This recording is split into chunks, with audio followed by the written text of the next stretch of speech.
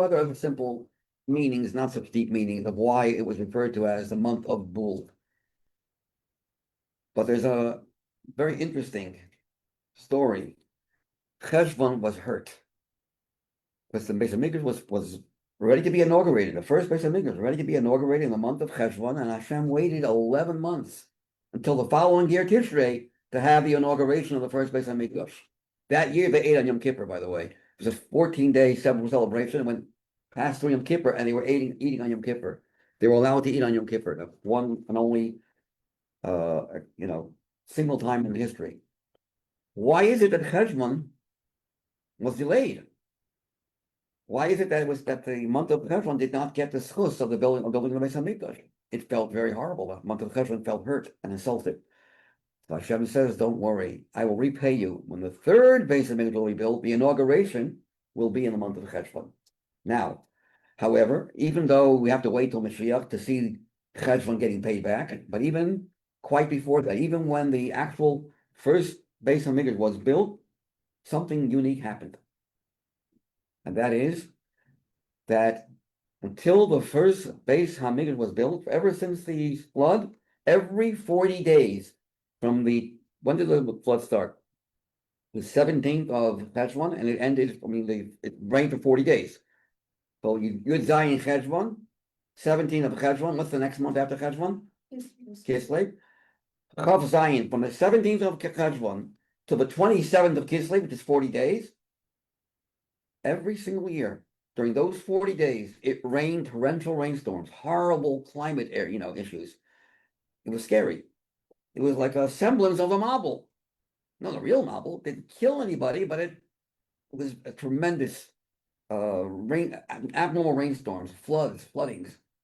This happened every single year for 40 days until the Beis Hamikdash number 1 was built. So what happened? The 40-day, ordeal of rain, torrential rains, ceased. How do you spell Mabul? Mem, Beis, Vav, Lamed. Take the mem away. Take the 40 days of suffering away. What do you get? Bull. So the month of Cheshvan, which is the month when the Beis Hamikdash was finished, that's the month when the mem was removed. The 40 days were removed from that month, and therefore we call that month Bull without the mem. Ever hear of this? Neither did I. Until recently. No, I heard about it a few years ago. But it's mentioned in the Sefer called Sefer HaTeido, which tells you a little bit about every single month of the year. So that's number 1. Number 2, what's today? Which day of the month of Cheshvan is today? Well, what's special about Vav Cheshvan? And it's connected to also tomorrow is very special. Zayin Cheshvan. What's special about Zayin Cheshvan? Anyone know? Zayin Cheshvan? We actually started praying for the rain to. That's right. And Eretz Yisrael, not then, but even now too. When did they start asking for rain in Shemon Esrei, in the 9th bracha? The same Talmud, we don't do that until December 5th. But in Israel, they ask for rain. They really need rain earlier. They need rain much earlier, but they wait until Zayin Cheshvan. Then they ask for rain. Why do they wait till Zayin Cheshvan? They need rain 2 weeks earlier. They need rain during Sukkot. Well, Sukkot, you don't want to have rain. What about after Sukkot? People are walking home. Those that came for Ola Regel pilgrimage 3 times a year have to walk back home, traveling. We don't want Jews to get caught in rain while they're traveling, so we wait till the last Jew arrives in the most distant place, which was called Nahar Pras, the Euphrates, the furthest distance from the center Yerushalayim. So when everyone's home, now we can ask for rain. Even though you might need rain earlier, I don't feel comfortable if there's one Jew who'll get caught in the rain, just your fella, if you get wet, it's not the end of the world, who'll get caught in the rain, I don't have a need. If that Jew will suffer getting wet in the middle of his journey back home, I don't have the need. And if I don't have the need, I don't pray for it. It's a tremendous Ahavas Yisrael. The same Talmud in Israel, we wait until Zayin Cheshvan. That's when the last Jew is already home. What's Vav Cheshvan? Well, Vav Cheshvan is still connected. It's the last day, the very last day where you still feel a trace, a remnant of the holidays of Tishrei. And it goes like this. Let me tell you a whole story. You ever hear the word Yaakov halach ladarko? It's the story of Yaakov coming back home. But it also refers to when we go back to our homes after we visit the Beis Hamikdash, we visit 770. This is the Beis Hamikdash of today. And people would leave. So there's the Yaakov, the Jewish people are called Yaakov halach ladarko. Yaakov is a weekday name, by the way. Yisrael is a Shabbos name. You Jews are called Yaakov when they're in the weekday mode. What is Yaakov? Akev, Yud, Akev. Yud is the Jew, a Yud is a Jew. Little Yud, a Yid, and the Akev is the heel. We're involved with the heel. We're involved with Asa. We're involved with, with the worldly matters. We're not Shabbosic. On Shabbos, we're called Yisrael. Yisrael means dominance, tsar. We dominate. We don't feel like we're in the world. We're above the world on Shabbos. We look down at the world on Shabbos. So Yaakov halach ladarko, as it says at Rebbe, there are a whole bunch of different levels. After Yom Kippur, finally we can breathe. Over 10 days of tshuva, serious, solemn introspection, tshuva, we're turning, and these are high holidays, they're holy, and they're unique, and we're like, we're not in this world. We come down to earth right after Yom Kippur. Then it starts the happy days. Now we're dealing with a sukkah and a lulav. These are more tangible, gashmiistic things, unlike Tishrei, the beginning of Tishrei, which is tshuva, and Yom Kippur is also Torah because it relates to the second luchos. But it's not mitzvah so much. Where do we see the mitzvahs? Much more when we come to the sukkahs, the lulav, and the esrog, and the sukkah. So we're going down from up in heaven, tshuva and Torah, down to mitzvah action. But that's still pretty holy. We're still involved in mitzvahs. It's not like we're involved in the world. So after Simchas Torah, that's the real Yaakov halach. Now we're finished with all the holidays. But not yet. Then you have Shabbos Bereshis, because the Shabbos after the holidays, that's when it really ends. Because Shabbos is like the shlemus of all the weekdays. So when you have the Shabbos after all the holidays, that's when you finally have Motzei Shabbos.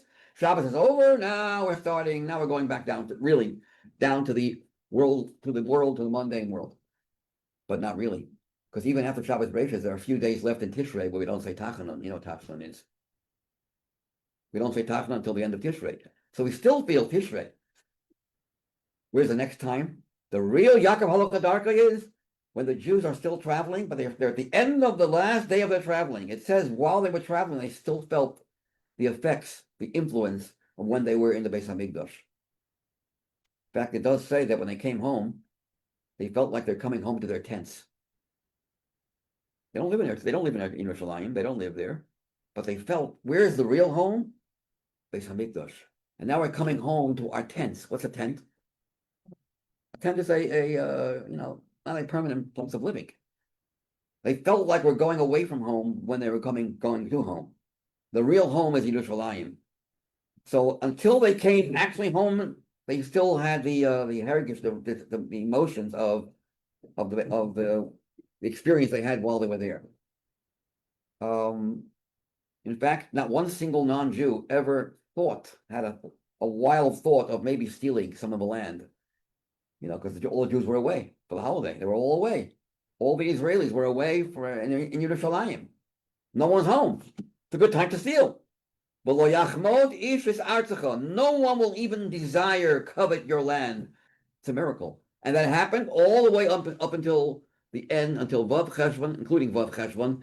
That's the finale, the end. Finally, we're really over now with the holidays. So when you come to an end, the end is always very special. The end, the last day, where the effects of the holiday are still felt.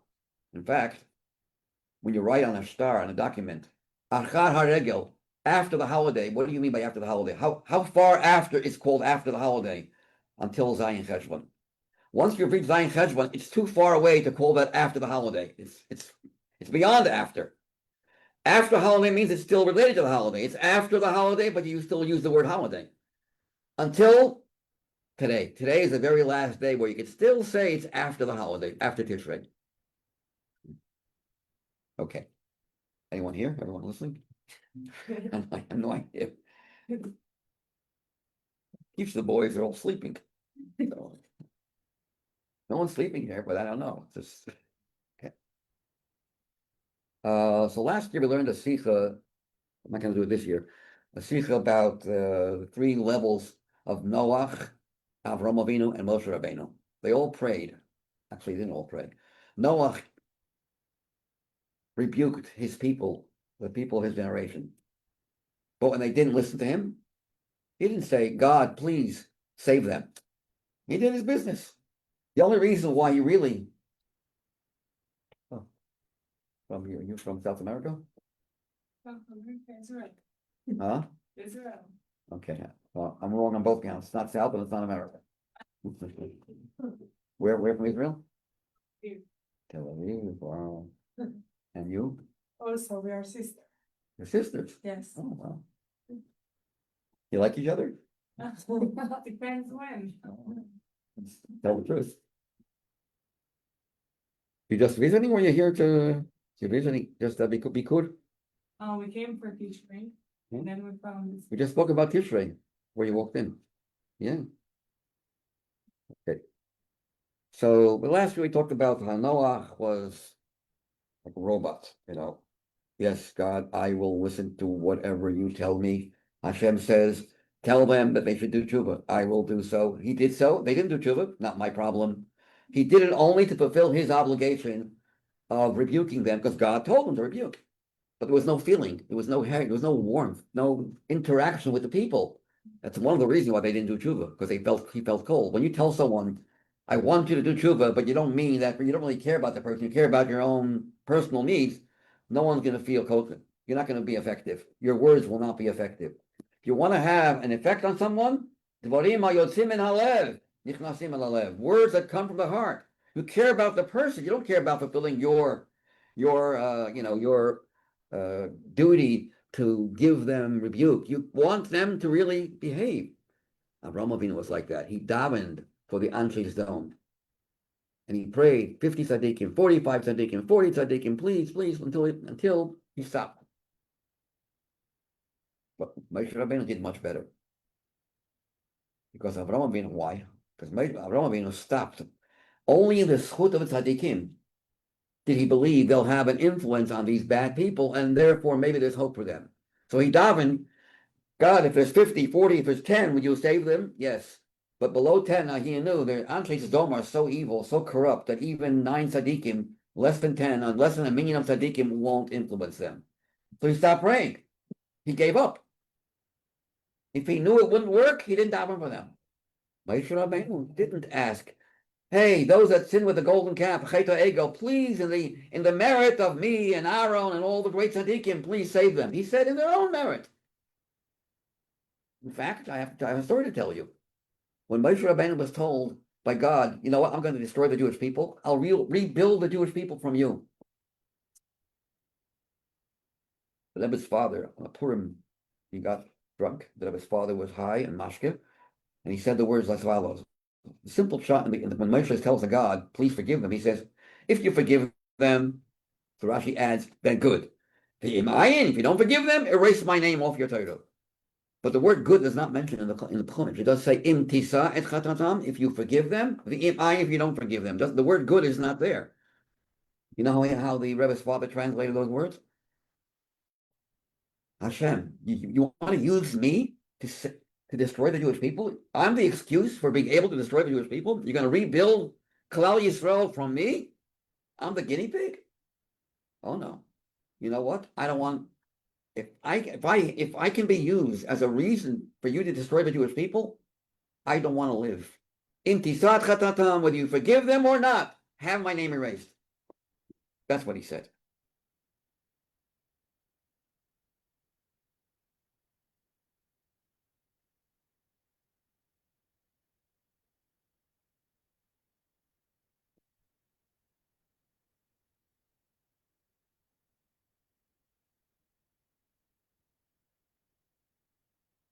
In other words, Moshe Rabbeinu says, I can't look at myself anymore.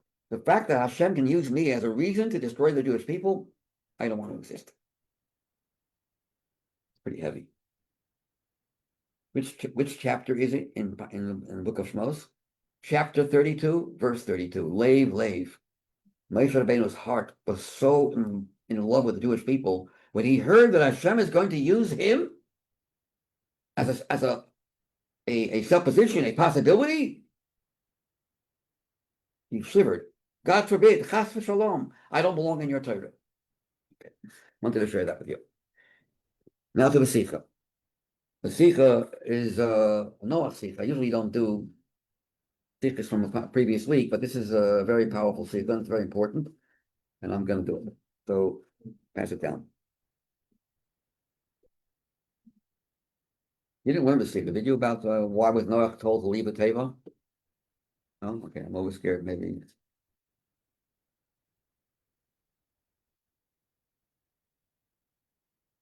going to skip around, get to the meat of the Sikha. You know the reason, Shrita? Why did Hashem tell Noah, Teva, Teva? Then move on. There's no marble anymore. It was dry like it was before the marble, like on the sand on a beach. It was completely dry, no zecher, no remnant of the marble. Obviously, it's time to leave. That's the Rebbe's question. Let's just see it inside. I'm going to skip around a little bit because it's a pretty long sikha. Page 32. Oh, 32. Also leave. Why did Noach need to have a command by God? Why was he told he would do it on his own, wouldn't he? The parsha say no besupar. In our parsha, it is told this is Ivrit. Actually, it's not Ivrit, it's Lashon Kodesh. In the second month of the year, the month of Cheshvan or Mar Cheshvan. But by the way, I forgot to ask, what does Mar Cheshvan mean? We say call it Mar. What does Mar mean? So everyone says bitter. It's a bitter month. A lot of tragedies happen this month. Yeravim ben Avot build idols during this month, and the 15th of the month. Then there was terrible stories with Tzidkiyahu, whose children were tortured and killed, and his eyes, Nebuchadnezzar blinded Tzidkiyahu, Amelech, in the month of Cheshvan. And then, of course, the Mabul. But that's not the reason, the main reason, the Rebbe's reason. The real reason is Mar means rain. And we say it every day in davening, Heim goyim kemar midli. God says the goyim to me are like a drop in the bucket. Kemar, mar means a drop of water. Mar means bitter, but it also means a drop of water. Midli, in a bucket, in a pail. So the word mar means rain. It's a rainy month, a month of rain. Weiter. So we know that from the Chumash,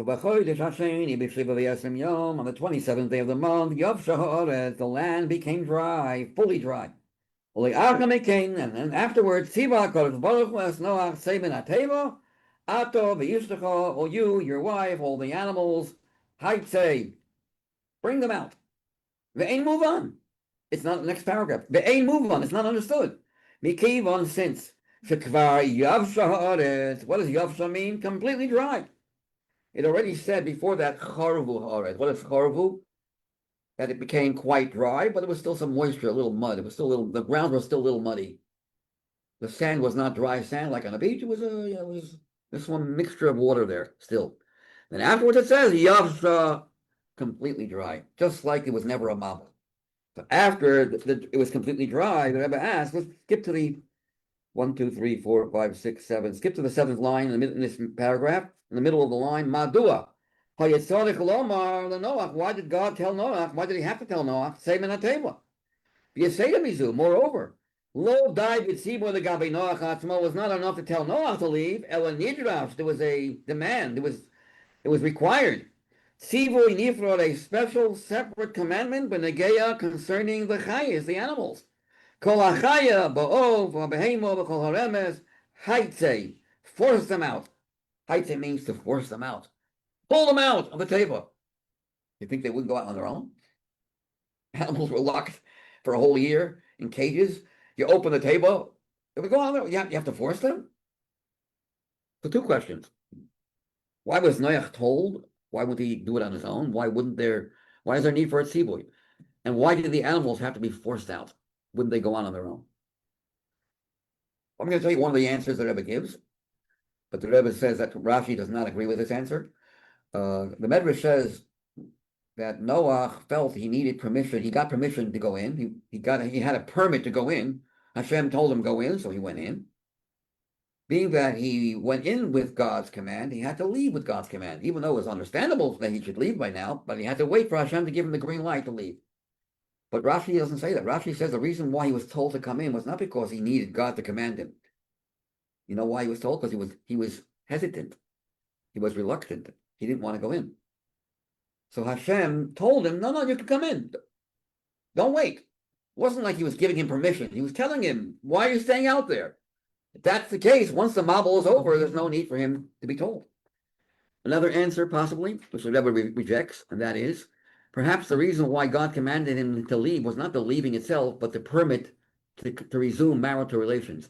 Because while they were in the teva for a whole year, they were not allowed to be together, husband and wife, in intimacy. Because when the world is suffering out there, when there's pain and suffering in the world, you're not allowed to feel like you're not part of it. You have to show solidarity to the world suffering. When there's a hunger in the world, famine, it's forbidden. Except for a few exceptions. There was the crow in that violated that rule. But it says the Orev and Chacham also violated, but everyone else besides these two kept it. All the animals also kept this rule. They were also not allowed to mate with each other. Go figure that one out. And they didn't the whole year. Nice music. So what was this third reason? Like you said, the Rebbe rejected. What was the reason The reason for what? that Hashem had to tell Noah? Oh, so the reason why he was telling him was not the permit to leave, but rather the permit to resume relations. Oh. So the Rebbe says no. It's clear from Rashi that there was also a direct need to tell him to leave.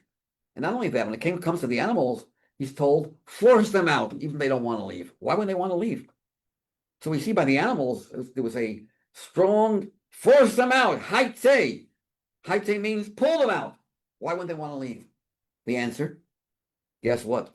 What was going on in the table? It was 1 year of a miracle. It was a semblance of how things are going to be in the future. Imagine that many animals, all different kinds of animals, and not one animal attacked another animal. And they probably ate food. They were not carnivores. They were eating the same food that sheep eat. They didn't eat meat. They ate meat also maybe, but they didn't. They lost their predatory nature. They did not become their wildness. The wild animals were no longer wild. They were tamed the whole year. And throughout a whole year, they were living together with each other like people live with each other. Well, can you imagine holding in a cage, for a whole year? You know, in the zoo, you need a staff of hundreds, if not thousands of people to control animals. And here you had Noach and a few of his sons. That's going to help. How could you control zoology when you're just a few people? For a whole year, animals? The answer is, it was just like Mashiach's times. It was like the time when Mashiach will come. The nature of the animals were changed completely. No wonder why Noach didn't want to leave. And the animals also didn't want to leave. They sense, maybe not consciously, they love it the way it is here. They love this type of lifestyle of peace and serenity.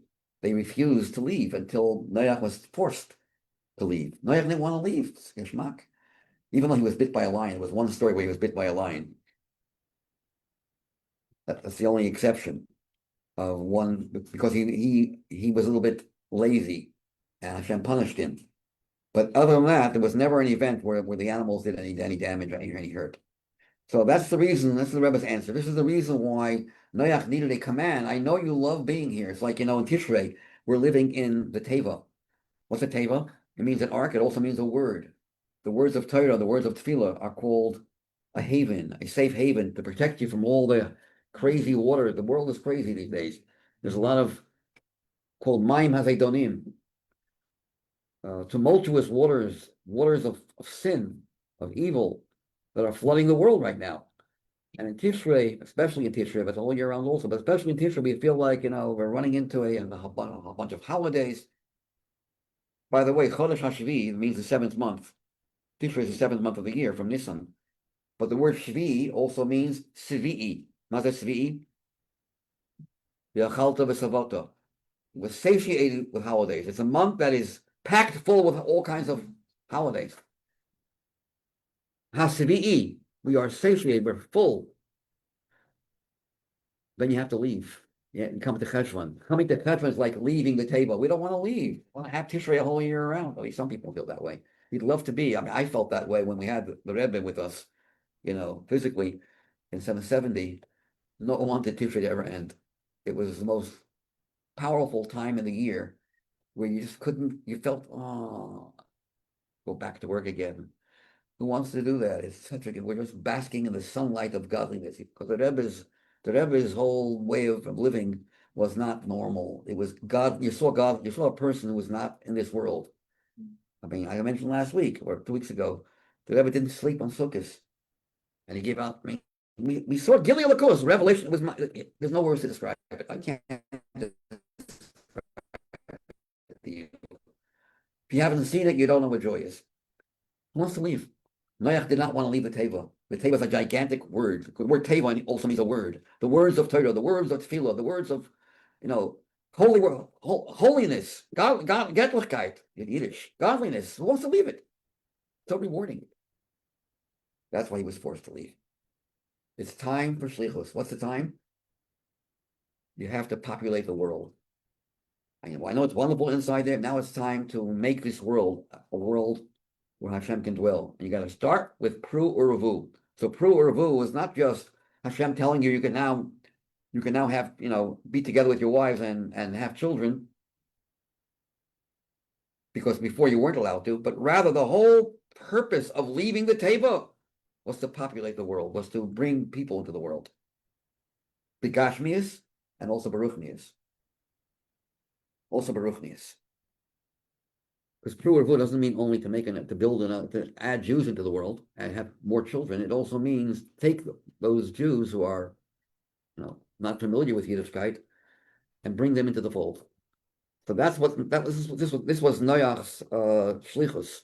Now you're a shliach. It's not so easy to be a shliach out there in California. It's so much more geschmack to be in 770 and just live, bask in the light of someone so holy.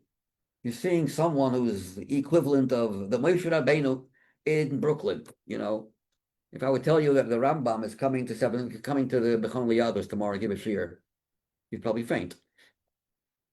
Rashi, Rambam, even if they would be alive still, to have someone like that. And if I would tell you the Rebbe is going to be here tomorrow, you'd also probably go, wow.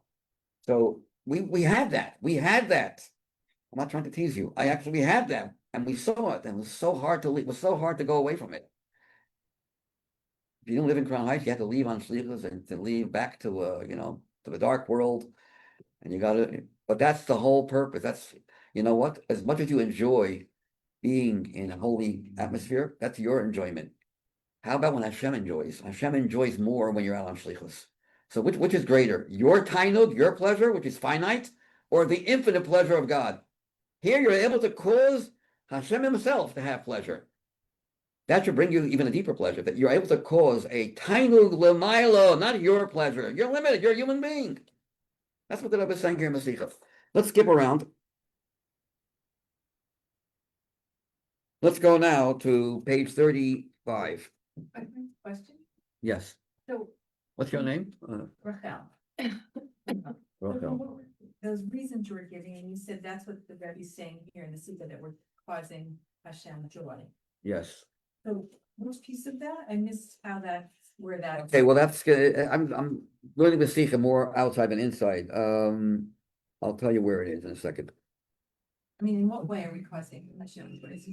Because the purpose of why did Hashem create the world? He could have not created anything. Everything was fine up there before he created the world. He wanted that even a world of multiplicity, a world where godliness is not so obvious and evident. He wanted to feel at home even in this world. So by creating a heavenly abode down here, by doing mitzvahs down here, by getting people who are very worldly to acknowledge that there's a God in the world, that makes Hashem feel comfortable even in this world. So by saying leave the ark, fill the world, that's. Yes. Okay. Transform California, which some people call California. Transform California, and then there's Los Angeles. Even if you're an angel, you get lost. Los Angeles. I'm sorry, I don't mean to put down California. Yes, I'm not saying it. Some people have their shlichus over here. The Rebbe used to tell people where your neshama belongs. Not in the early years, he told you this city, you that city. That stopped after a while. Wouldn't have this chus of being told exactly whatever sees your neshama. Whatever looks one gives one look and knows exactly what your tafkid in life is. But as the years went on, the Rebbe didn't tell people. You had to figure out yourself where to go. And the Rebbe would, if you asked the Rebbe, should I go here, here, here? The Rebbe would give you a bracha. In the early years, the Rebbe actually told you where you belong. Yes. Did the Rebbe ever tell anyone not to go? Yeah, plenty of people. People wanted to go. The Rebbe said, no, your job is to stay here. Sure, your shlichus is to be here. I wouldn't know. I feel like I'm good for cut out for it. I've had experience. I could do it. Nope, that's not what your job is here. I know what you're. I know you're in a neshama. The Rebbe once said. Keep on getting off on a tangent here. The Rebbe once told a general, and there was a terrible loss of his whole battalion, his whole group of not hundreds, but 32 soldiers were killed. It was a wrong move. It was his fault, and he couldn't live with himself. And he came to the Rebbe to ask the Rebbe. And the Rebbe gave him words of idut v'nichum, and consoled him. But the Rebbe told him it was not 32, it was 34. No, Rebbe. It's 32, Rebbe. With all respect, I know it's 32. I'm in charge. I get the calls. The Rebbe says, no, I'm telling you it's 34. He finds out later that there were two more Jews who were Nebuch. And he asked the Rebbe later on in Yechidus, how did you know? How did you know? Know what the Rebbe answered? Every soul that comes down to this world, every baby that's born, every person that passes away goes through this room. Every neshama passes through this room. That's what he said. So every Rebbe is aware of every little neshama that comes down, a baby was born, and every person who leaves this world. That's how he knows.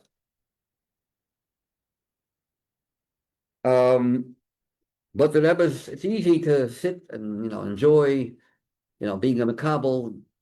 Sun rays are very, very geschmack. But then it's time to go into the dark world and elevate the world and change the world. And that's the whole purpose of why your neshama came down here. It could be in California, it could be here.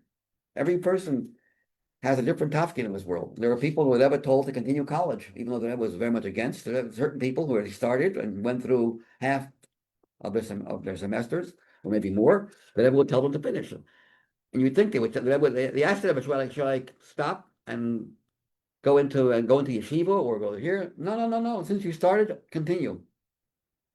And the Rebbe gave reasons for some of why he told people to continue college. Because you could have hashpah on the Jewish people, on the Jewish kids, on the Jewish students over there while you're there. Kosher, lunches. It was there's a lot of everyone is different. There's no one, you can't learn from one person to another. Anyways, back to Basicha. Let's see. I think it's on page 35 on the bottom where the Rebbe discusses the pleasure of the Creator rather than your personal pleasure. The end of page 35 in the bottom paragraph. What's so important about leaving the Teva, leaving the ark? Hadavar, leaving the feeling of the Zman of Mashiach. Hadavar marumos, it's hinted. B'divrei haposik atzmai tzeiben ateva. Ato v'yishlecha davar hamayra shehitu lehem u'v'dayim lekach legabi achayis height zeitak v'shortz of ours. Let them crawl on the let them start crawling. Let them multiply and inhabit the earth. So on the next page, the Rebbe says that the shlichus here is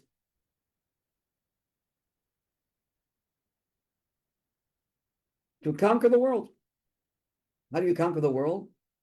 By adding in Pru Urvu, by bringing more people into the world.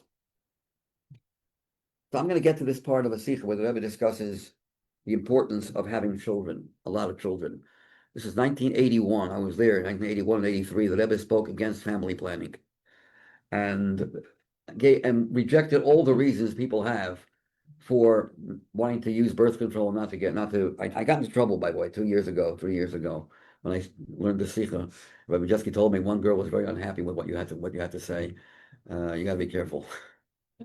I don't know. I might have to. I don't know all of you. I don't know where you stand, but I'm going to tell you what the Rebbe says, and I'm going to tell you a personal story about this. I'm going to learn the sikha inside in a minute.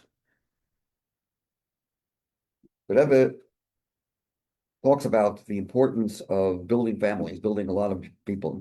Not only is it a good reason, because it says Mashiach's coming depends on big families. Every single neshama that comes down to earth brings Mashiach closer, but that's not the only reason. I'll tell you what the Rebbe says like this. The Rebbe tells us the following. There's a story in Gemara, Masechta Brachos, Daf Yud, where Chizkiyahu Hanavi refused to get married because he did not want to have children. Why? Because he foresaw that his child will be a Menashe. He foresaw he'll have a very, very corrupt, evil child, an idolatrous child, and he didn't want to have that. He didn't want to have children like that. So he had a very good reason. He was a Navi. And he understood. He was a Melech, but he also had Nevuah. He also had Ruach HaKodesh. And he did not want to bring this child into the world. So Eliyahu tells him, mind your own business. That's Hashem's business. You got to do what you got to do. Bahadi kafshi derachmano lamalach. Why are you mixing into Hashem's affairs? How many children, what child comes to this world is not your business. That's Hashem. And he wants this child to be in the world. To the extent, because he didn't get married, and even though he had a good reason, he was destined to be punished in this world and in the next world. So he tells Eliyahu, okay, I'll do tshuva. Give me your daughter, and in your schus and in my schus, perhaps I will have also tzaddikim for children, which he did, by the way. He had Yoshiyahu and he had Tzidkiyahu. And Hashem prolonged his life. He was destined to die, and his life was extended 15 years.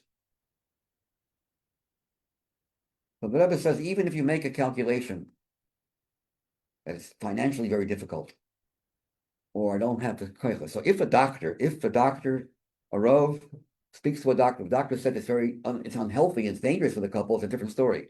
But if you don't have that permit from that statement from a doctor that's saying it's very, very difficult, even though it feels sometimes hard, if it is too hard for you, Hashem won't give you that child. If it's really, he's not here to hurt you. Hashem is not here to cause us agony and pain.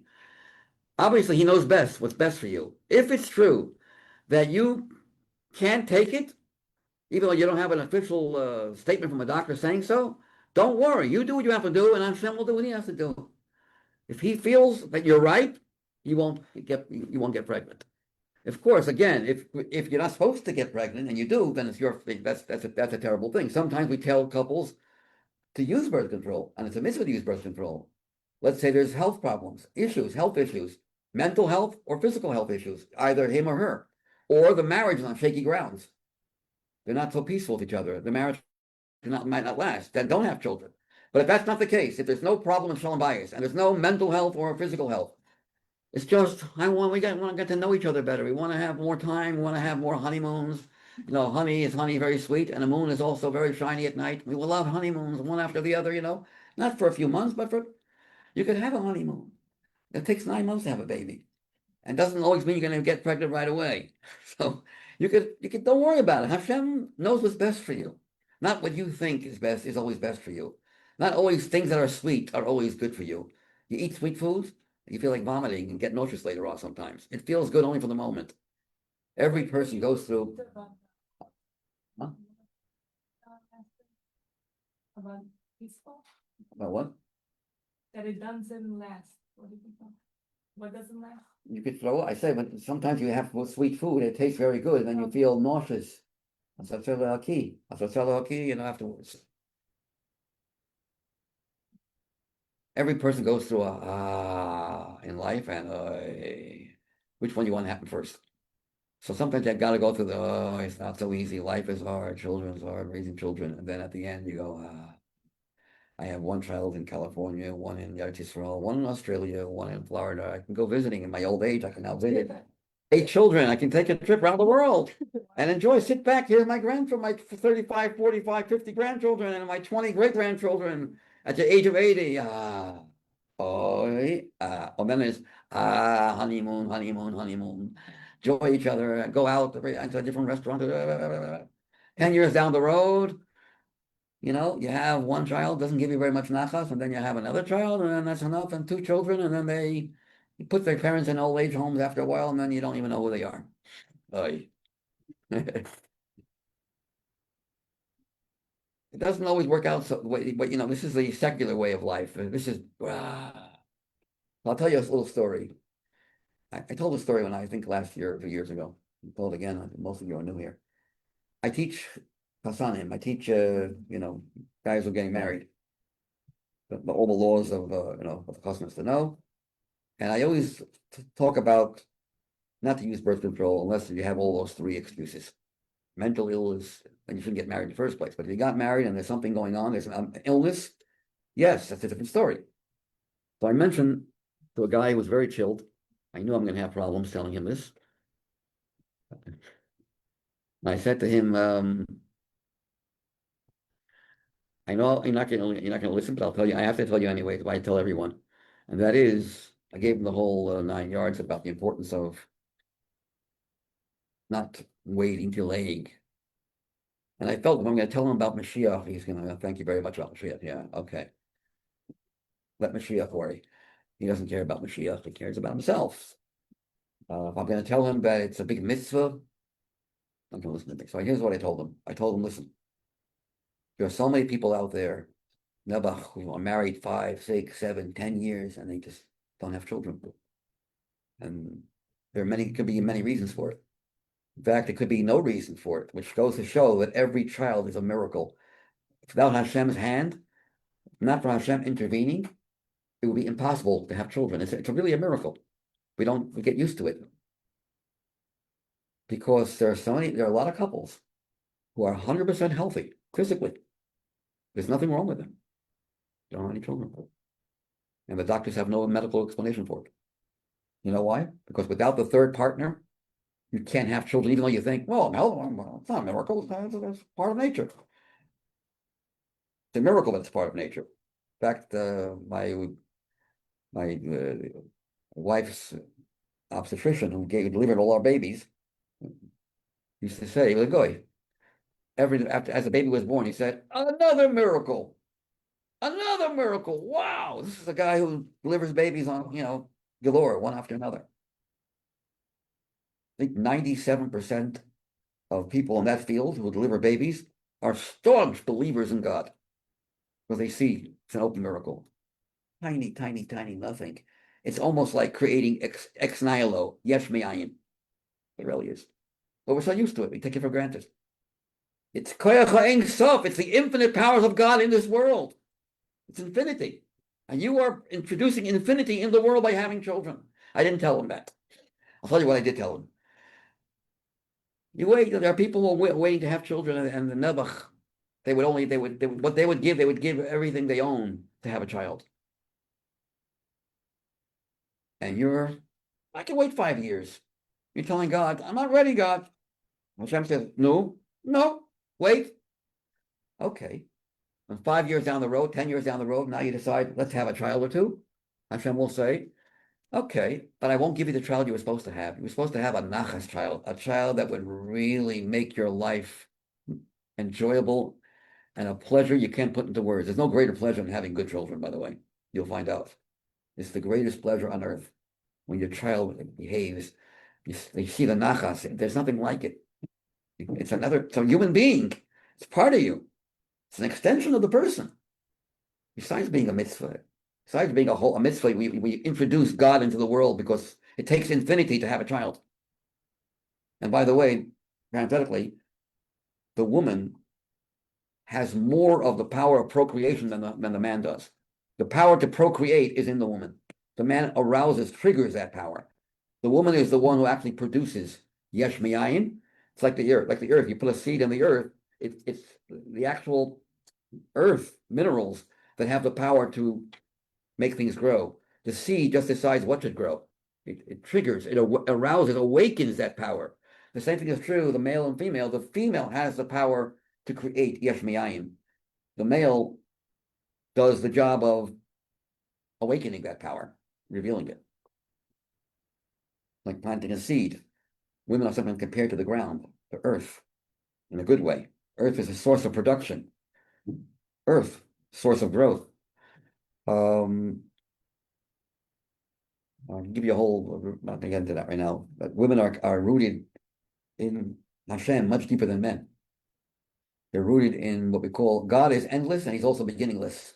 What's a greater attribute for God's endlessness or God's beginninglessness? Nothing started him. He's endless and he has no beginning. Which is a greater compliment? If you say Hashem is endless or he's beginningless. You ever think about that? Beginningless. You know why? God can create endlessness. Hashem can create things that have no end, but they have a beginning. Hashem. The only one who has no beginning is Hashem himself. But not everything that has no end has no beginning. So it's much different. It's hard to even imagine no beginning. What does it mean? Has to be. Why? There's always why. Why? What's called Ma'asiba? Kacha. Kacha. The fact you're asking why is because you're a person that you can't understand. We can't get out of our. There has to be a reason. Hashem is here. Kacha. He has to be here. You happen to be here. I happen to be here. He has to be here. Nothing has to be. It just happens to be. He has to be. A woman's connection is to God's beginninglessness. I'm not going to explain it right now. And a man's connection is to God's endlessness. I'll leave it for another time.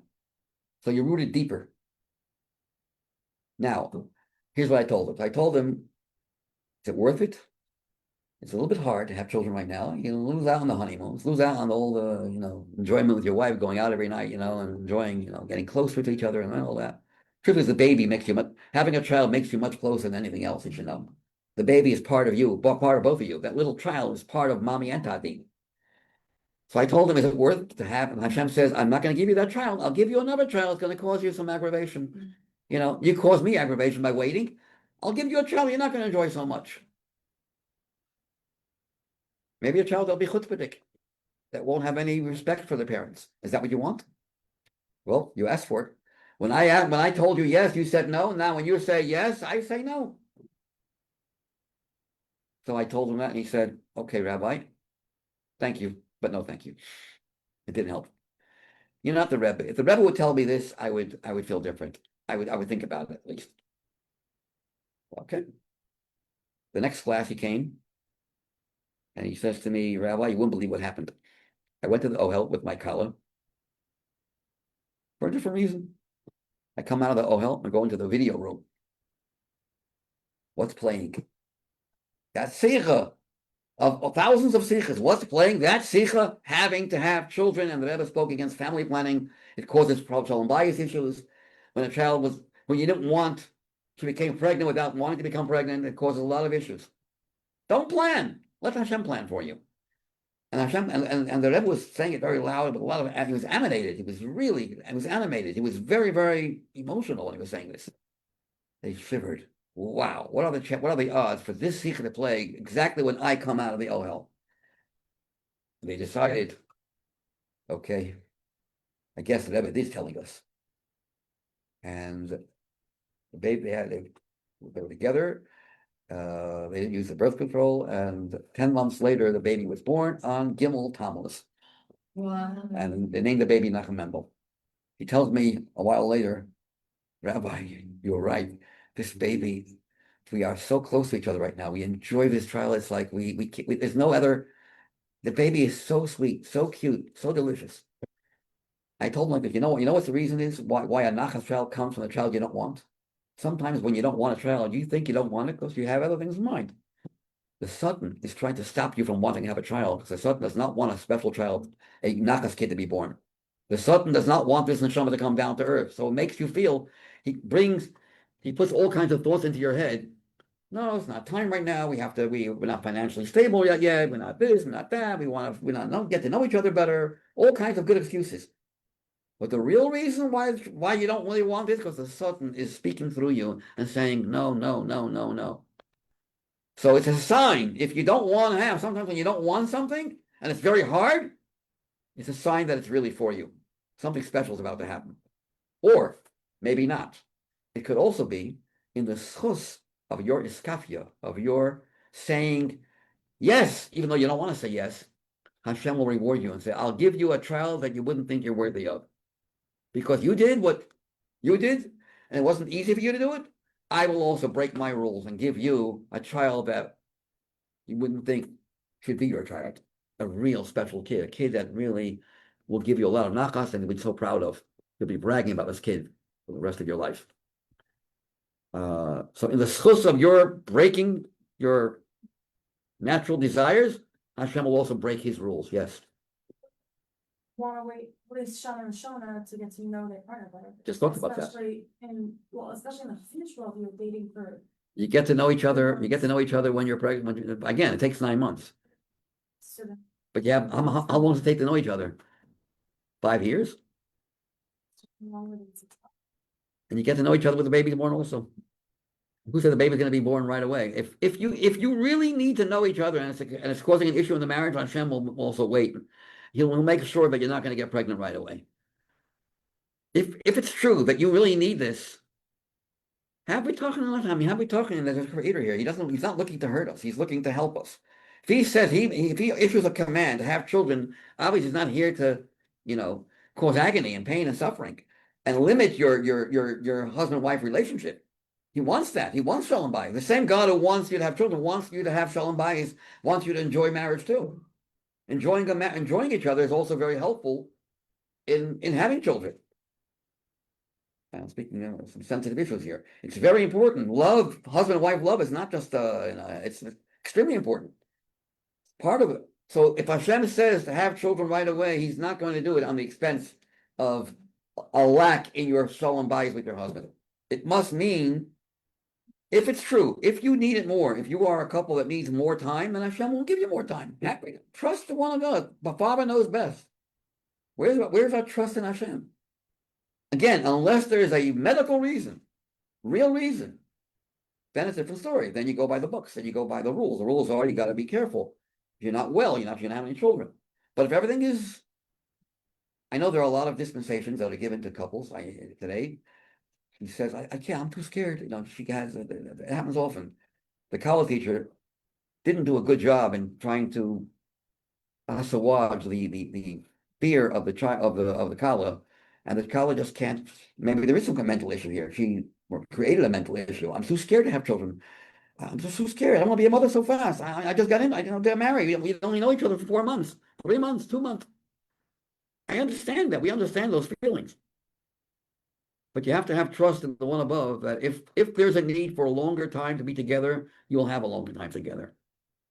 And by trusting in Hashem, he will reciprocate, and it will show how much he trusts you and give you a very, very special marriage and special children. And when I say special, I don't mean special children, on the radar system. I mean, nachas children.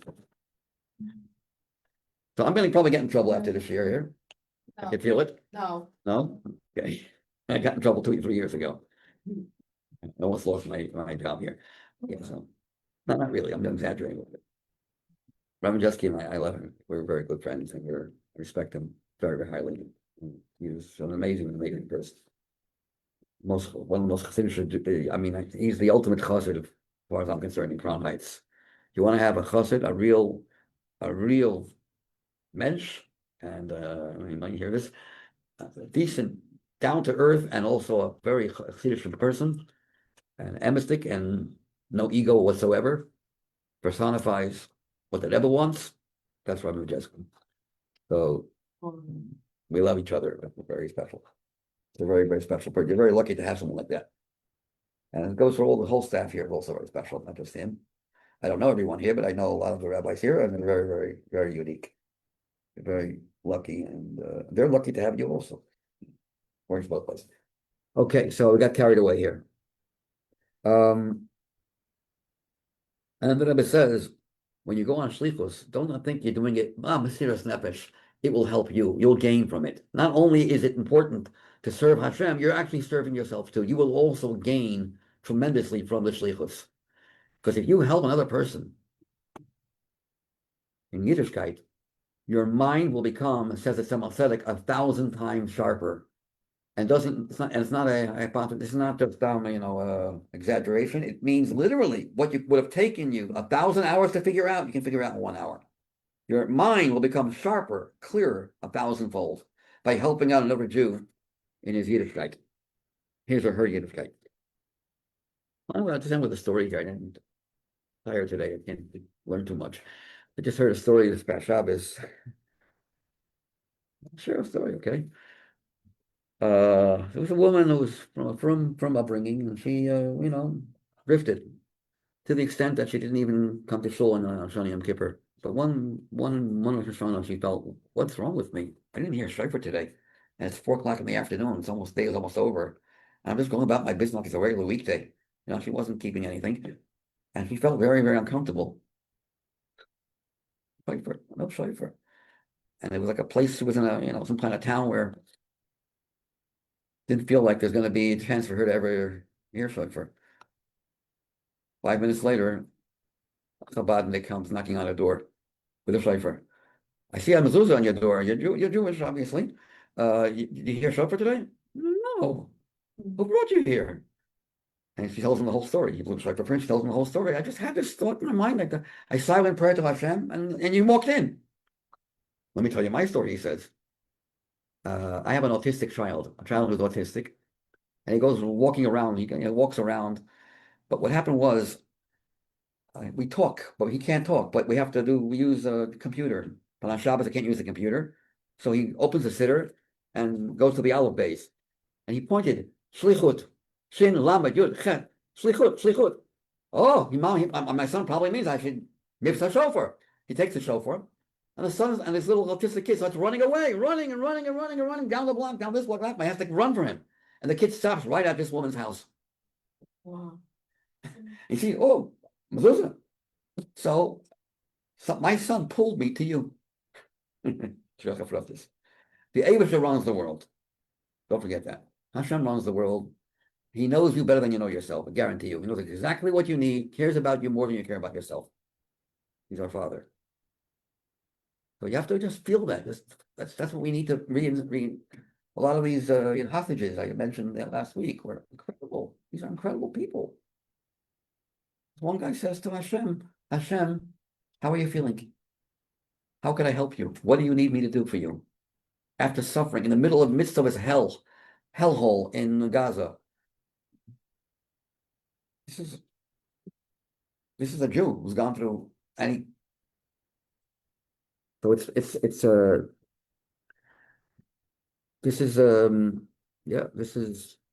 we have to reinforce. Everyone said simcha, not bitachon. Like, oh, okay, I'll have bitachon. Bitachon besimcha, with joy.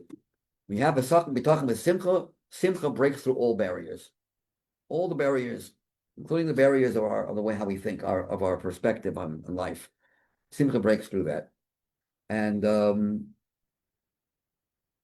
by the way, there are much more divorce rate with couples that get to know each other for 2 or 3 years before they get married than those that are with each other for 2 or 3 months and hardly know each other. Check the divorce rate. I'm not saying there are divorces, but the divorce rate of people that go through the secular system divorce much quicker. Rabbi Y.Y. Jacobson tells a story with a couple. Here's a story from him. Secular couple. And they say that they're sitting down. And he said, we don't know what happened to our child. Suddenly he just runs into his room and starts crying. When's the last time? When did it start? Well, we were talking at the table. My husband and I were talking at the table about, plans of divorce. You did it in front of your child? Yes, we're very open. We're open about everything. We're an open generation. Yes. Yeah, I think you're very open. I think your mind is so open, your brains fell out. That's your open-minded. That's what he told them. Oh, Rabbi, you're so old-fashioned. Oh, man. Kid, the worst thing you can do to a kid is when the parents are not together. If the parents are fighting with each other, it's the worst. When the parents show that they respect each other and love each other, it doesn't have to be open expression of love in front of kids. We don't mean that. We mean, I'll give you an example where the husband sits down at a table until his wife comes and sits down with him. He doesn't eat. He sits there like he's waiting for the king and the queen to come in. And the kid sees, wow, mommy has such respect. Tati has such respect for mommy.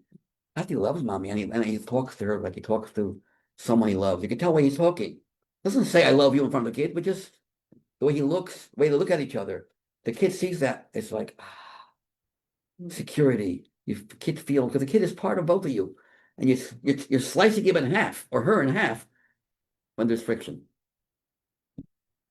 And if you believe in Hashem and you come together without knowing each other that well, let the Eibishter, Hashem made the shidduch, right? He's the third partner. He made the shidduch. You do what you have to do. You have to try to figure out what's best for you. Of course, you have to do research and make sure this person is compatible with you. But you can't, ain't the double self. There's no end. You can say 10 years. Well, maybe this, maybe that, maybe 20 years. How long does it take?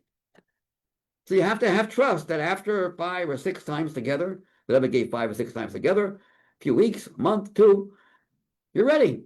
If you don't see any red light, you're ready. No one's perfect. You're going to find things that are not perfect. There's no perfection in this world. That's what I keep telling you. Don't look for perfection. It doesn't exist. There's only one perfection. It's God himself. No one's perfect. What's your name? Huh? Eddie? Isabel. I feel you're not agreeing with me. I come from a room Flatbush I know. type of place where this is Yeah. not. I know. But it's actually not, this is, I mean, it's not just in Lubavitch, it's in a lot of from, sects besides Lubavitch. They also have a lot more, even more children, I think, that goes to Williamsburg.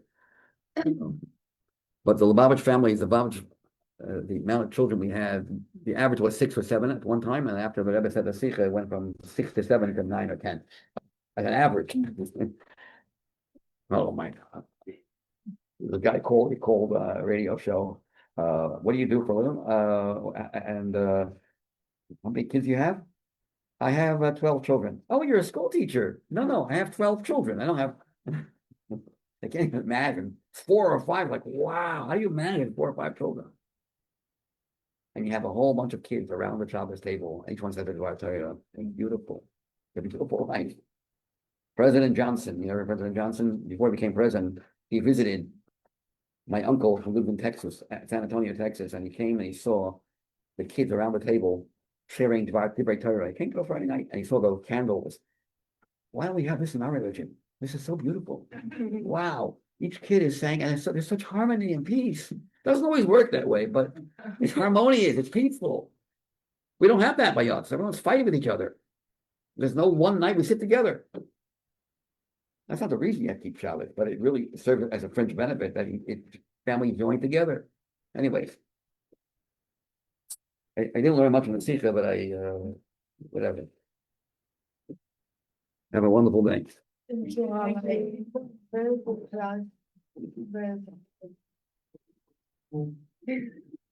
You're also very good. Thank you.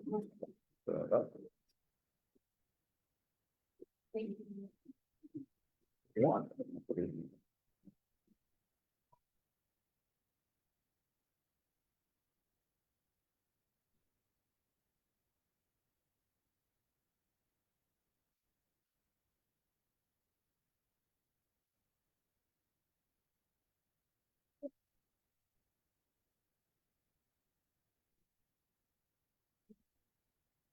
That with me?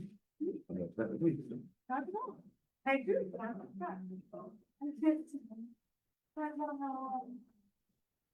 Are you selecting these back? You can use it, you can keep it if you want. Oh, You can keep it.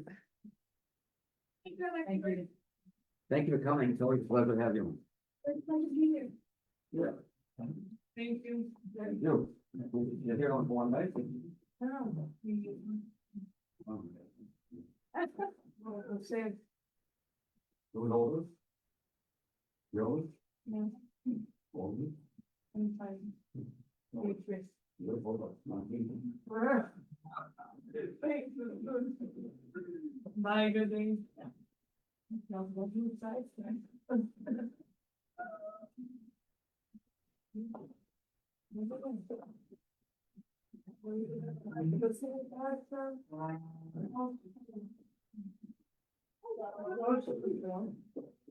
Hey, how did yours like?